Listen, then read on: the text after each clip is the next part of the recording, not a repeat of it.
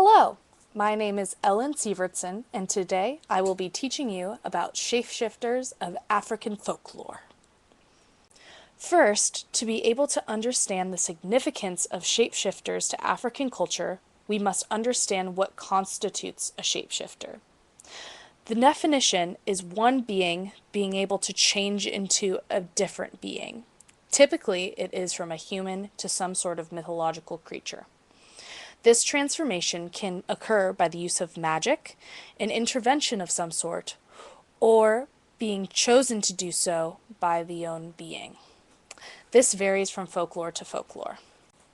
Some of the common examples of shapeshifters in African folklore are Buddha, Elimu, and Anansi. The stories of Buddha originate in Ethiopian folklore and tells the story of a human turning into a were-hyena that comes from a traditional belief that blacksmiths had this capability. They were then thought to be grave robbers and were viewed with suspicion. Elimu came from Kenya, which was rumored to be a demon inhabiting a hyena, lion, or potentially a crocodile. It would turn them into a human using their blood. It would then kill the human they are imitating so that it could live its life as that human. Lastly, Anansi, being one of the most popular characters, was known throughout West Africa for shifting into the shape of a spider. He was the spirit of all knowledge of stories and a symbol of slave resistance. These various folkloric examples of shapeshifting show how diverse shapeshifters can be viewed to the African people. Some create stigmas against a certain job, some are supposedly animals who become people and kill, and some are a symbol of hope. Each story changed the narrative of a shapeshifter. Anansi gave slaves hope during the Atlantic slave trade. Elimu promoted fear because people believed fierce beasts may be living among them. And Buddha created a stigma for blacksmiths, characterizing them as untrustworthy. These different ideologies created from the folklore have helped to shape contemporary culture in Africa as well as around the world.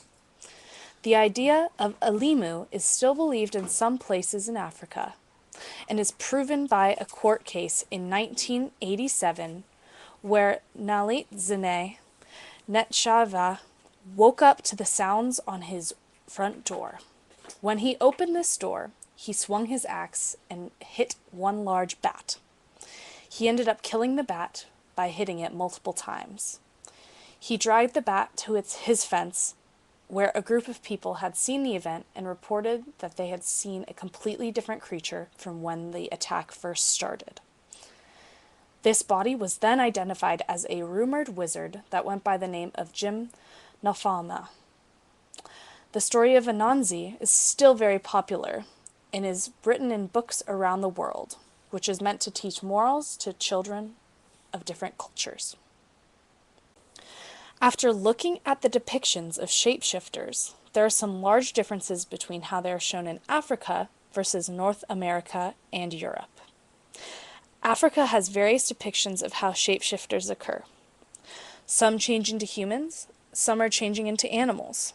Some are positive interpretations, and some are menacing killers.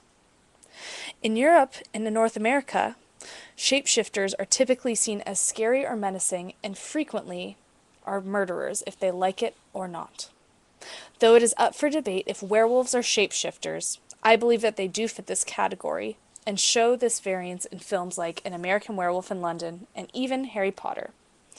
Both of these films depict a man who turns into a werewolf in a seemingly painful way, where they become killers, though they do not want to become these killers.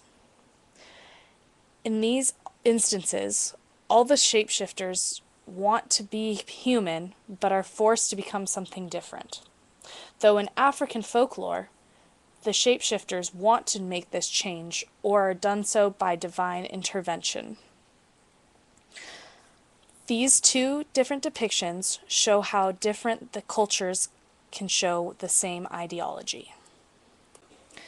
Thank you all for listening to my presentation on how African folklore is affected by shapeshifters. My name is Ellen Sievertson. Have a wonderful day.